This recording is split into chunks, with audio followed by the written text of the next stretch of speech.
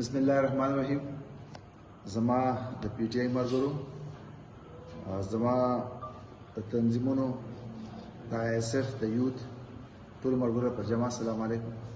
څنګه چې تاسو له پته ده چې په 25 مئی باندې زمون قائد چیرمن پی ټی آی جناب عمران خان د حقیقي ازادۍ لپاره کال کړی دی. ان شاء الله ټول مرګر له دا درخواست دی چې انټرچینج ته 12 بجې اسلام آباد تک د پاره راشي.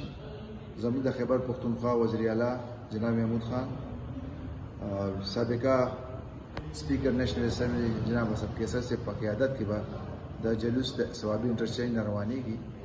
ټول مرګر له زما خواست دی چې خپل تیاری وکړي، موږ سره رابطه وکړي، زموږ تنظیمي مرګر سره رابطه وکړي چې څه قسم فیسیلیټیشن نو هغه به کوي خیری او د دعا سره چې الله پاک دې زمونږ د حقیقي ازادۍ د جنګ کامیاب کړي. ډېره مهرباني. والسلام.